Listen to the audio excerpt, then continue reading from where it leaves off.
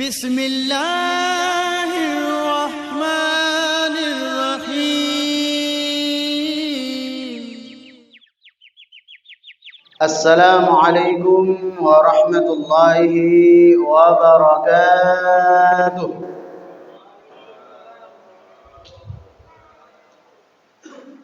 Alhamdulillahilladzi bi ni'matihi tatimmus shalihat. Wassalatu wassalamu ala sayyidis sadat wa ala alihi wa ashabihi ahlil fadaili wal karamat. Qalu subhanaka la ilma lana illa ma 'allamtana innaka antal alimul hakim. Rabbi shrah li sadri wa yassir li amri wahlul 'uqdatam min lisani yafqahu qawli. Radina billahi rabba wa bil islami dina wa bi Muhammadin nabiyya wa rasula amma ba'du. Yang kami hormati segenap pengurus Masjid Baitus Salam, yang kami hormati Bapak Imam Masjid Baitus Salam, para alim ulama, tokoh masyarakat, dan seluruh jamaah yang hadir pada malam hari ini. Pertama, bersyukur kita kepada Allah Subhanahu wa taala dengan sama-sama kita mengucapkan alhamdulillahi rabbil alamin atas segala nikmat dan karunia yang Allah berikan kepada kita. Bersalawat kita kepada Nabi dengan kita mengucapkan Allahumma salli ala sayyidina Muhammad wa ala ali sayyidina Muhammad. Jamaah yang dimuliakan oleh Allah, berjumpa lagi kita pada malam hari ini mengkaji kitab yang menjadi rujukan kita, yaitu Syarah Arba'in An-Nawawi, di mana pada malam hari ini kita masuk ke dalam hadis yang ke-34. Masuk ke dalam hadis yang ke-34. Hadis yang ke-34 ini diriwayatkan oleh sahabat Nabi bernama Abu Sa'id Al-Khudri. Bunyi hadisnya adalah Sami'tu Rasulullah sallallahu alaihi wasallam yaqul. Aku mendengar Nabi sallallahu alaihi wasallam bersabda. Kalau ada hadis awalnya berbunyi saya mendengar Nabi, itu maksudnya mendengar secara langsung. Nabi mengucapkan dengan lisan Nabi dan sahabat mendengarkan dengan telinganya langsung. Jadi tidak seperti mendengarnya kita pada hari ini. Habis dengar ceramah Ustadz Abdul Somad, di mana? Di YouTube. Itu tidak sami'tu. Dengar-dengar, tidak secara langsung, itu pun tidak jelas sumbernya dari mana. Tapi kalau sami'tu, itu sahabat yang mendengar langsung dari lisan Nabi sallallahu alaihi wasallam. Apa sabdanya? Man ra'a minkum munkaran falyughayyirhu biyadihi. Barang siapa yang melihat kemungkaran, maka rubahlah dengan tangannya. Fa illam yastati', apabila tidak mampu, fa bilisani, maka rubah dengan lisan. Fa illam yastati', jika tidak mampu juga, fa biqalbihi, maka dengan hatinya. Wa dzalika adhaful iman, dan merubah keburukan dengan hati, nanti kita kaji apa maksudnya. Yang demikian itu, kata Nabi, selemah-lemahnya iman. Kualitas hadis ini sahih, diriwayatkan dari Imam Bukhari. Setiap hadis yang diriwayatkan dari Bukhari dan Muslim, atau bahkan dua-duanya, sudah bisa dipastikan status hadisnya sahih. Makanya sering disebut sahihain, adalah dua imam yang meriwayatkan hadis sahih, yaitu Imam Bukhari dan Imam Muslim. Jamaah sekalian, hadis ini sangat populer bagi kita. Merubah kemunkaran dengan 3. Dengan kekuasaan, dengan tangan, dengan lisan, atau dengan hati. Sebelum kita kaji apa maknanya dan bagaimana penjelasan para ulama, kita terlebih dahulu kaji yang meriwayatkan hadis ini, yaitu Abu Sa'id Al-Khudri. Beliau termasuk golongan sahabat dari kalangan Ansor. Kalau disebut sahabat dari kalangan Ansor, penduduk Makkah atau penduduk Madinah? Madinah. Kalau sahabat dari Makkah namanya Muhajirin, karena ikut hijrah, maka disebut Muhajirin. Sementara penduduk asli Madinah Ansar, menolong, karena masyarakat Madinah menolong kedatangan Nabi sallallahu alaihi wasallam. Nah, sahabat Abu Sa'id Al-Khudri merupakan sahabat yang terkenal dari sekian banyak sahabat Nabi sallallahu alaihi wasallam. Karena beliau punya satu fadilah.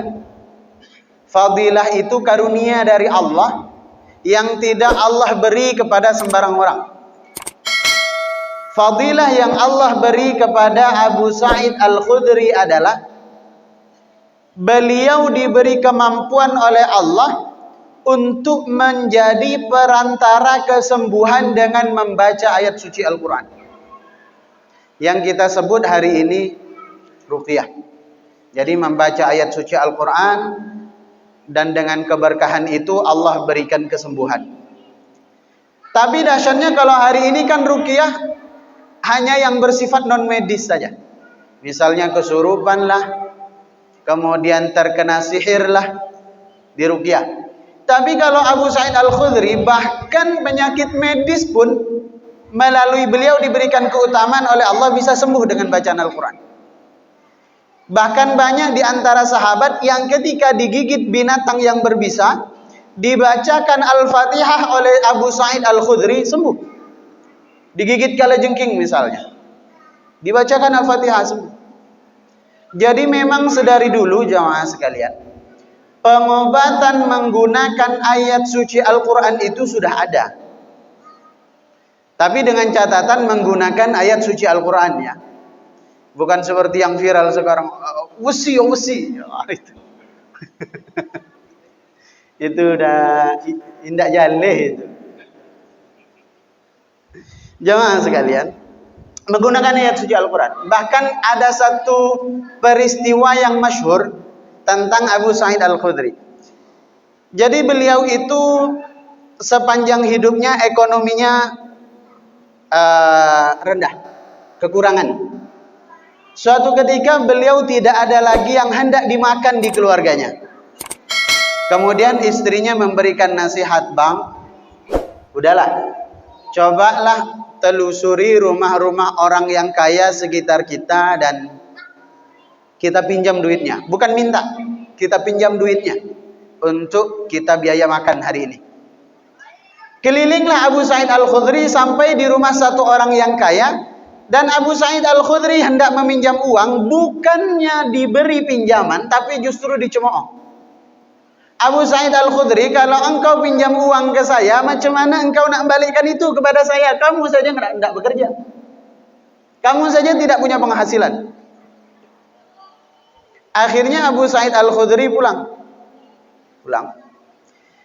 Beberapa langkah menuju kepulangannya, qadarullah, anak putri si orang kaya ini, anak perempuan si orang kaya ini digigit kalajengking.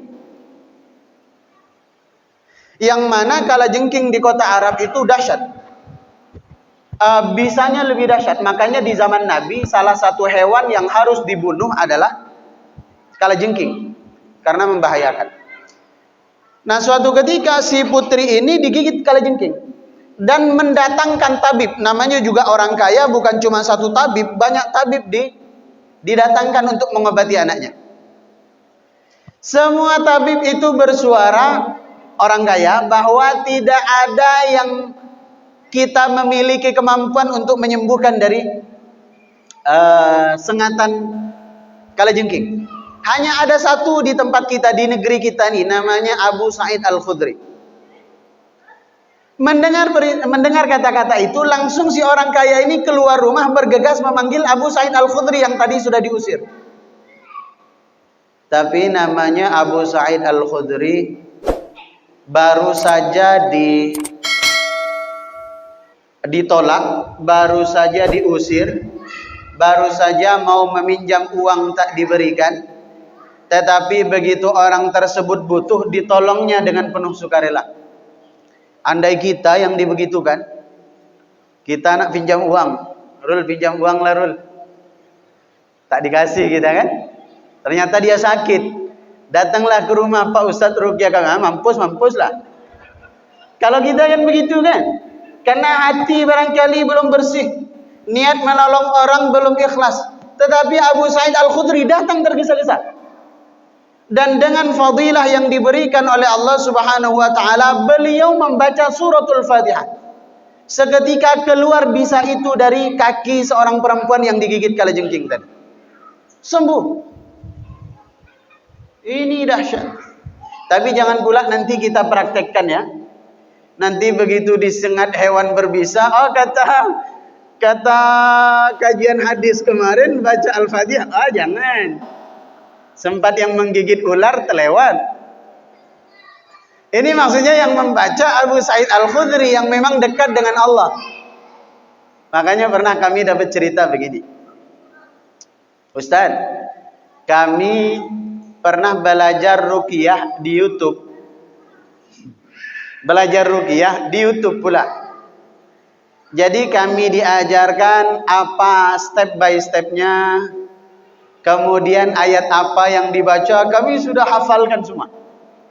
Suatu ketika tetangga kami itu sakit, kesurupan. Dan kemudian kami bacakan dan kami lakukan sesuai dengan yang di dalam ruqyah YouTube itu. Bukannya malah sembuh, malah makin parah Ustaz. Bukan cuma dia yang terkena, malah orang rumah pula yang terkena.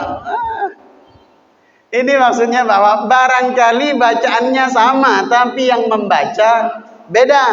Makanya ada ulama namanya Syekh Abdus Salam Bali. Beliau ulama dari Mesir, pakar ruqyah dunia.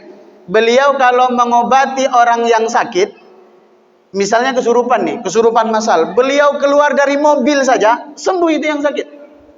Dan itu disaksikan oleh para jamaah beliau. Beliau turun dari mobil sembuh. Tapi Syekh Abdul Salam Bali. Sementara kalau kita bebusa, kita baca ayat kursi, dia lebih hafal lagi. Maka tidak heran. Yang dibaca barangkali sama, tapi fadilah dari Allah berbeda. Baik. Beliau wafat di kota Madinah, di Baqi. Baqi itu salah satu kawasan pemakaman di kota Madinah.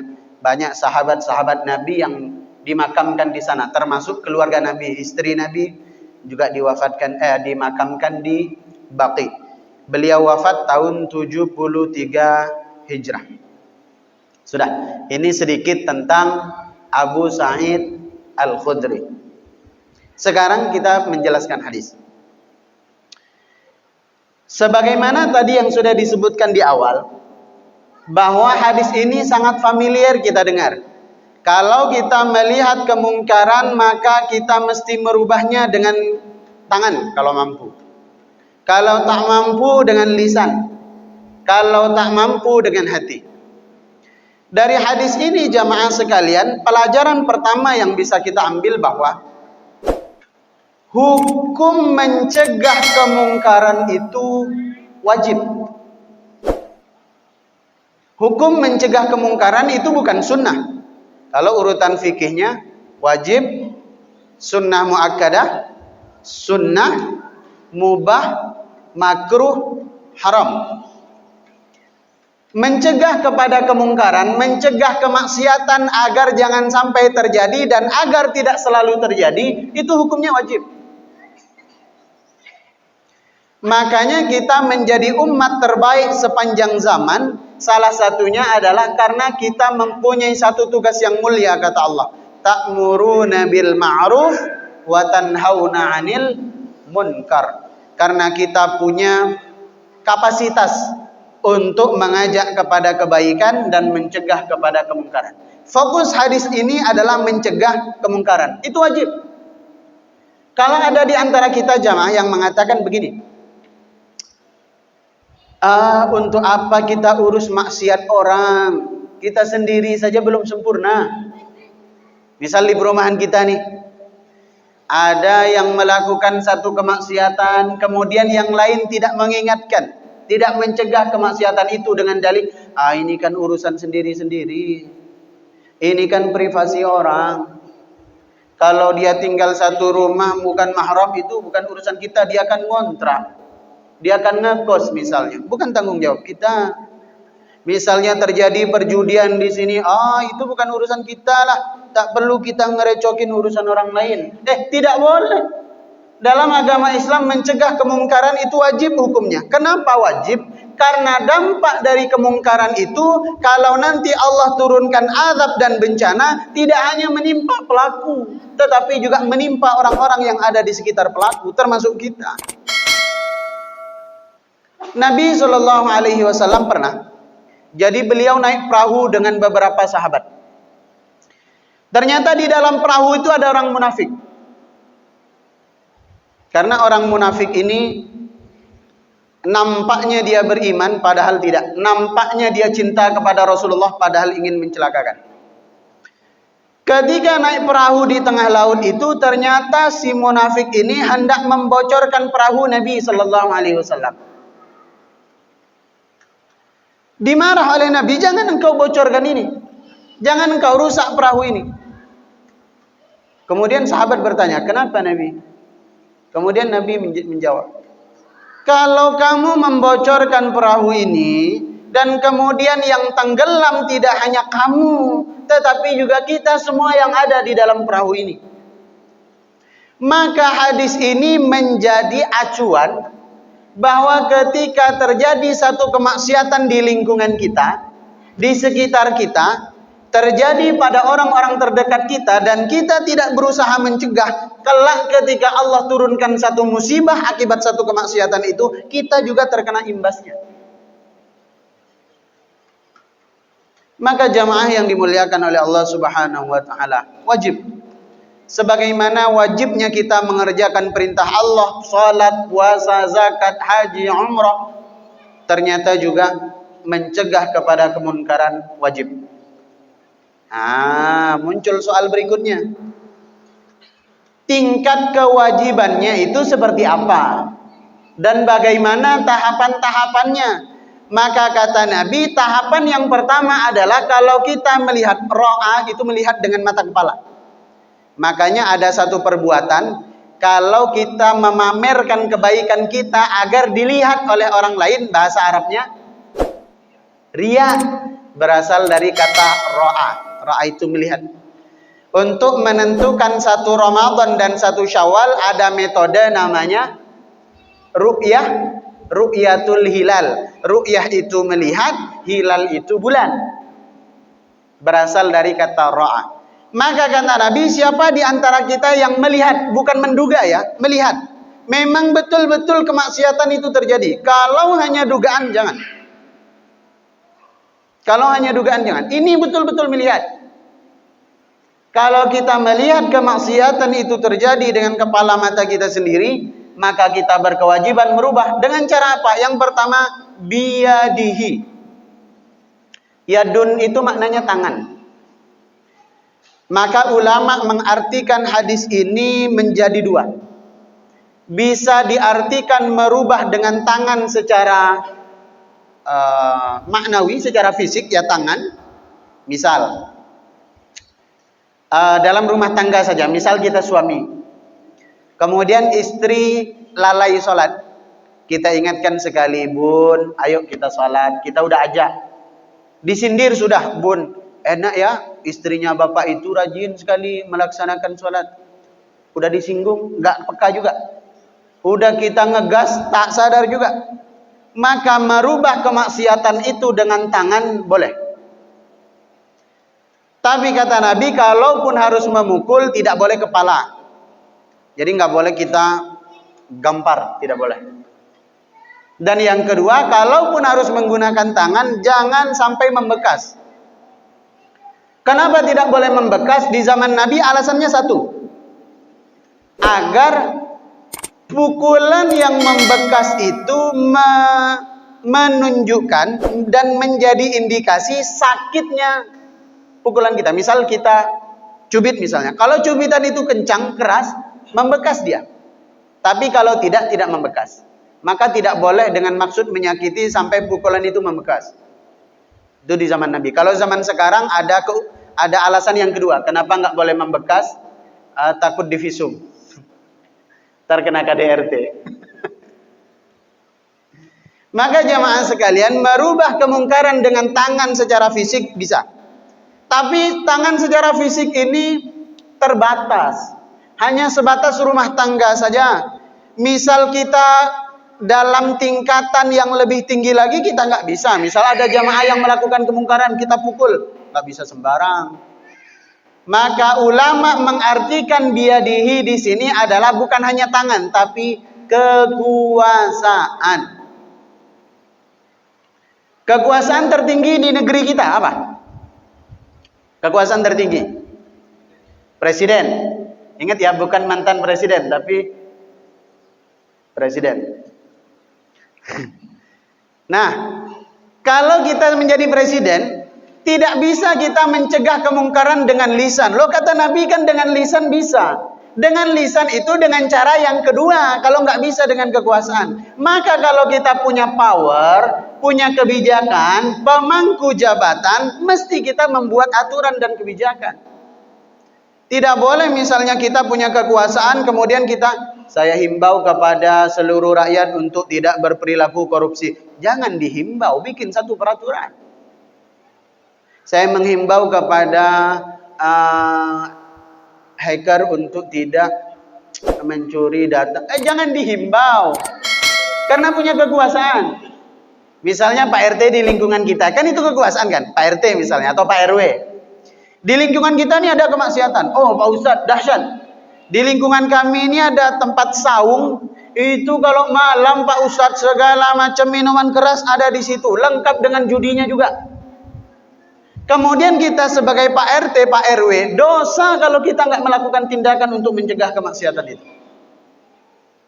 Mencegahnya bukan melalui lisan, tapi melalui kebijakan. Karena kita punya kekuasaan. Bikin peraturan-peraturan, bikin satu kesepakatan untuk mencegah kemaksiatan itu terjadi. Misalnya di perumahan Arirani banyak kos-kosan, banyak kontrakan, maka bikin peraturan Pak RT, Pak RW, nggak boleh yang bukan mahram satu tempat tinggal. Nggak bisa, ini peraturan.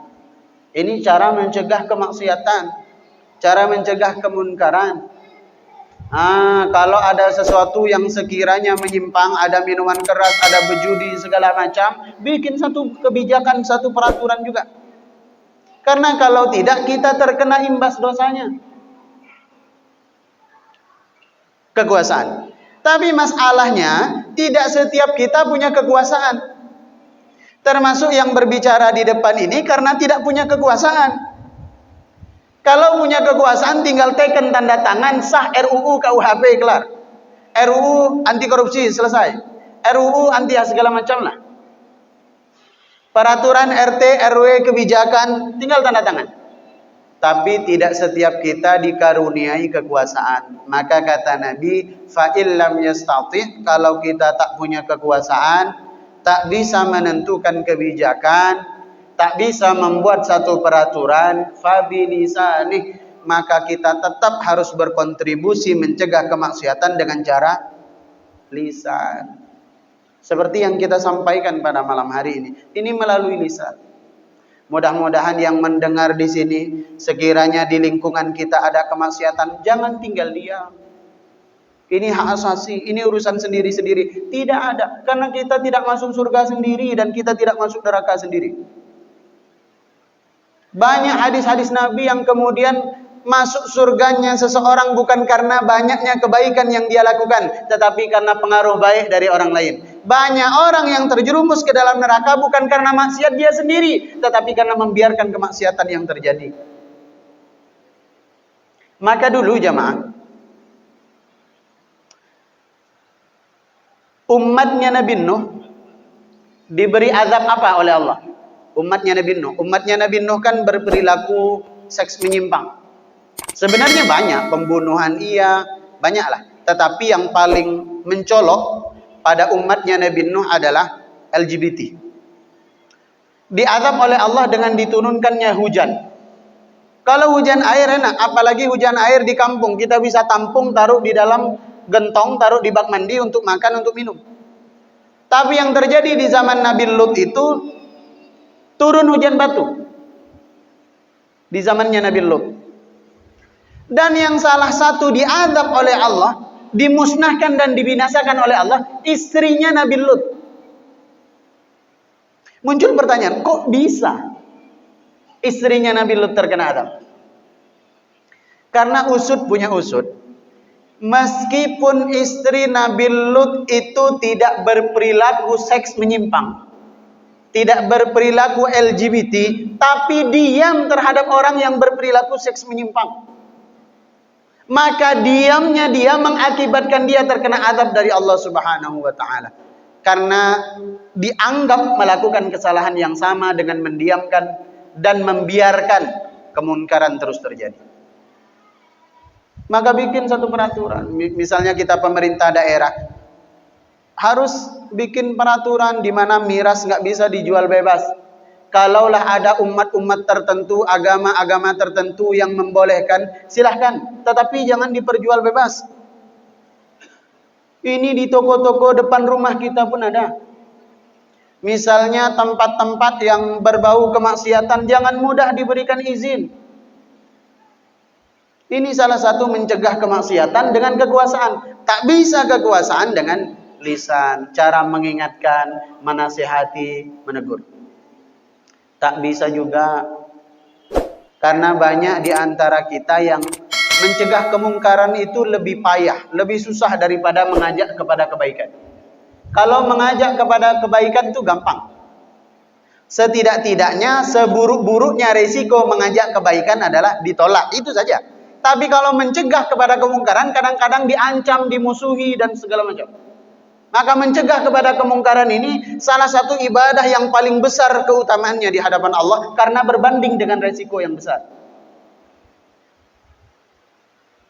Makanya dulu sahabat Nabi beserta para sahabat, puncaknya adalah ketika mau dibunuh Nabi SAW, skenario-nya sudah dibuat, algojonya sudah dibuat. Kamu tukang copot CCTV, kamu tukang tembaknya, itu sudah dibuat.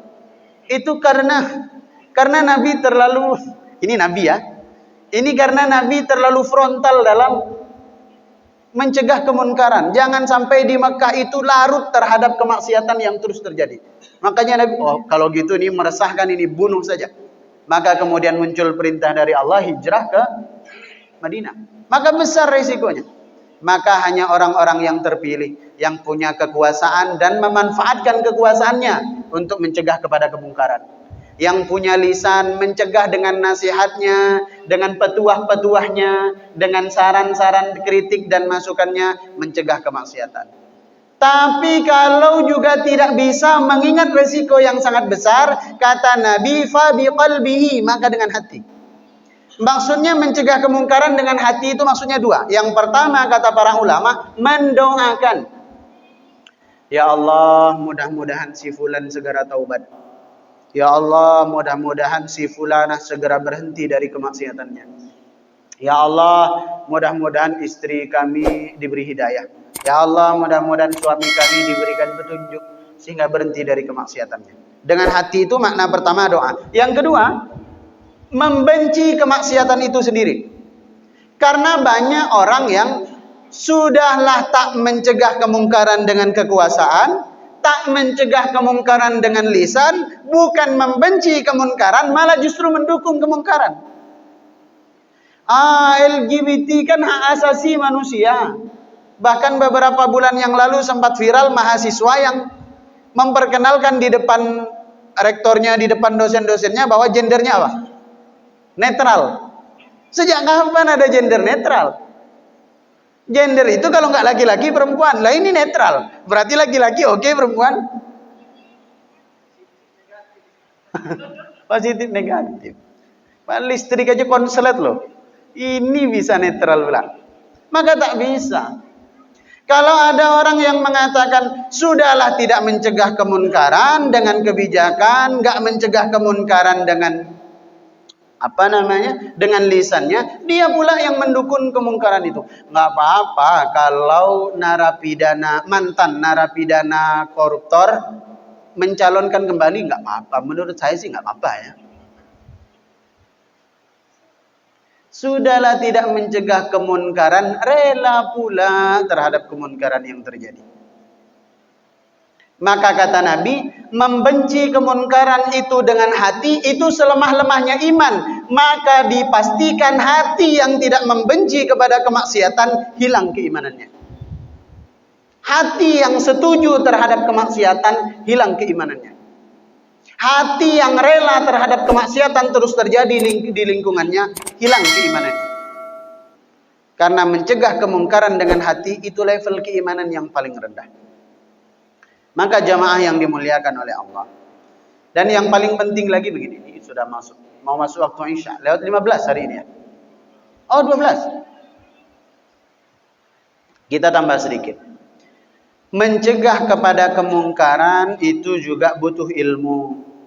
Satu, kata para ulama, harus diiringi dengan niat yang ikhlas. Dengan maksud sayang kepada pelaku kemaksiatannya. Ingat, yang kita hanya benci kemaksiatannya, bukan pelakunya. Karena kalau kita membenci pelakunya, kita tidak akan ada itikad baik untuk merubah dia menjadi lebih baik. Yang ada hanya benci. Itu tuh si pencuri, itu si pencuri. Itu si tukang kompor, itu si tukang fitnah, macam-macam. Karena kita membenci pelakunya. Yang harus kita benci kemaksiatannya, tapi pelakunya harus disayang sehingga ada nasihat-nasihat baik dari kita untuk dia. Kemudian yang kedua, nasihat itu terutama yang dengan lisan harus dilakukan secara rahasia. Jangan orang melakukan kemaksiatan langsung kita tegur di depan umum. Melakukan satu kesalahan dan kemunkaran langsung kita ingatkan di depan keramaian, tak boleh. Kata Imam Syafi'i, kalau menegur di tengah keramaian itu bukan mengingatkan tapi merendahkan. Maka kalau ada yang melakukan kemunkaran, kekeliruan, kita datang ke rumah. Pak, kemarin yang dilakukan itu kurang tepat. Apalagi Bapak kan punya jabatan di sini. Apalagi Bapak dikenal orang. Harus di tempat yang rahasia. Nggak boleh di depan ramai langsung mempermalukan. Oh, kami nggak di depan ramai Pak Ustadz, tapi di grup WA. Sama saja. Ini ada nih di zaman sekarang. Orang yang langsung main tembak saja di grup WA.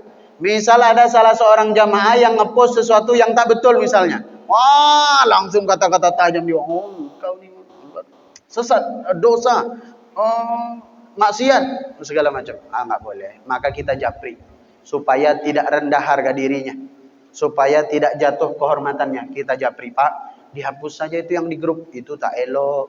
Apalagi ini grup DKM yang kadang-kadang bapak-bapak ini stikernya macam-macam. Selamat pagi tulisannya, tapi stikernya itu la ilaha illallah. Makanya kami kadang-kadang di grup RT RW kami sering kami japri beberapa jamaah, Pak, gantilah itu stikernya, tak elok lah. Jadi harus rahasia, nggak boleh terang-terangan. Karena kalau terang-terangan itu menjatuhkan, bukan mengingatkan. Kemudian tidak boleh tajassus. Maka tadi yang disampaikan oleh para ulama, yang kita lihat bukan yang kita duga. Kalau kemunkaran yang kita duga nggak boleh. Menduga kemunkaran itu nggak boleh. Karena kalau kita menduga orang lain telah melakukan kesalahan, kesalahan berikutnya yang akan kita lakukan adalah tajassus. Apa itu tajassus? Tajassus itu mengorek-orek kesalahan orang. Sehingga saya lihat media sosialnya, saya lihat WA-nya, saya datang ke rumahnya. Betul kan? Ternyata dia, tak boleh. Tajassus itu tidak boleh, mengorek-orek dan mencari-cari kesalahan orang. Kemudian tidak boleh mencegah kemunkaran dengan mendatangkan kemunkaran yang baru. Misalnya kita mengingatkan orang di depan ramai yang membuat harga dirinya jatuh dan dia benci dengan kita, malah jadi rusak silaturahim. Bukan masuk nasihat dan hidayah, malah rusak silaturahim. Ingin mencegah kemunkaran, tapi malah muncul kemunkaran yang baru, yaitu rusaknya silaturahim. Wallahu a'lam bishawab. Sebelum kita tutup, barangkali ada tanya jawab seputar tema, boleh, di luar itu boleh, silakan. Assalamualaikum Ustaz. Waalaikumsalam. Izin Ustaz mau nanya, kalau pas Jumat Ustaz, kalau azannya ada dua Ustaz, waktu azan pertama sama keduanya tuh alangkah baiknya kapan Ustaz?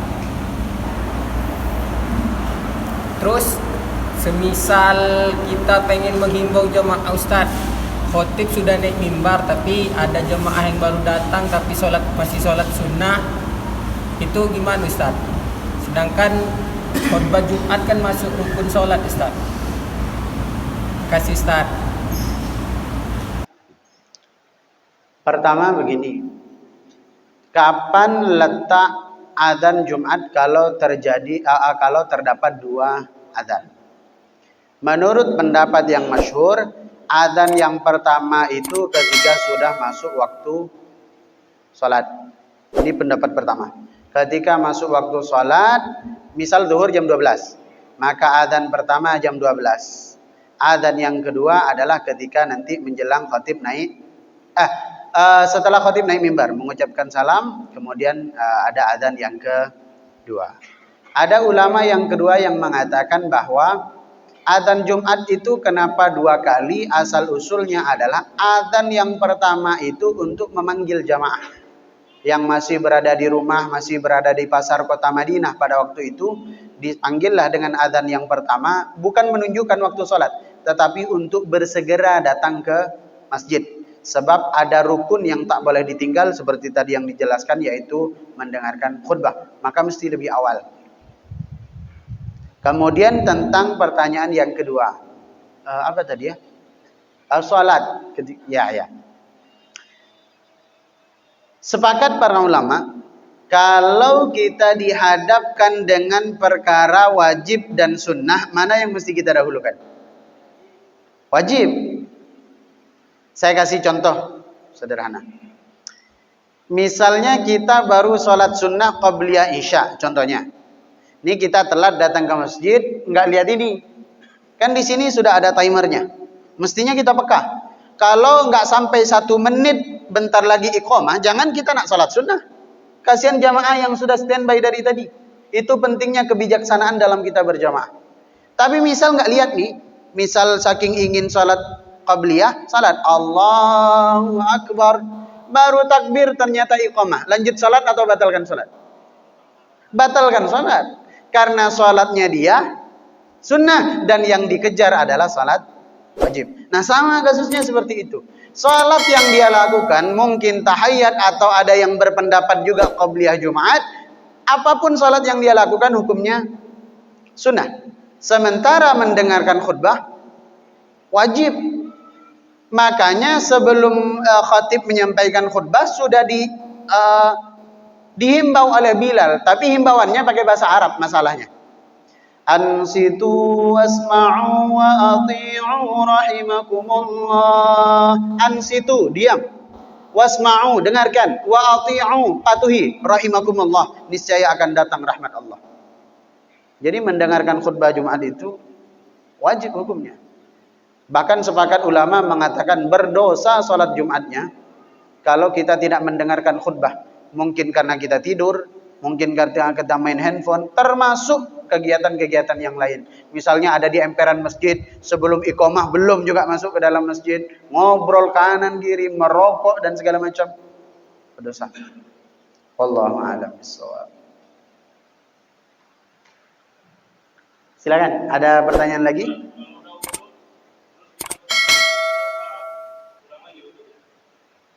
Tidak. Potong kuku itu tak membatalkan wudu. Enggak tahu kalau potong leher baru batal. Jadi ragu gitu kan? Tidak batal. Ada cerita kalau potong kuku ternyata ada yang keluar dari belakang. Itu batal. Cukup jamaah? Karena sudah masuk waktu Isya, semoga apa yang kita kaji menjadi ilmu yang manfaat untuk kita semuanya dan semoga semakin bertambahnya ilmu kita, semakin bertambah keimanan dan ketakwaan kita kepada Allah. Kita tutup dengan membaca doa penutup majelis. Subhanakallahumma wa bihamdika asyhadu an la ilaha illa anta astaghfiruka wa atubu ilaik. Assalamualaikum warahmatullahi wabarakatuh. صدق الله العظيم.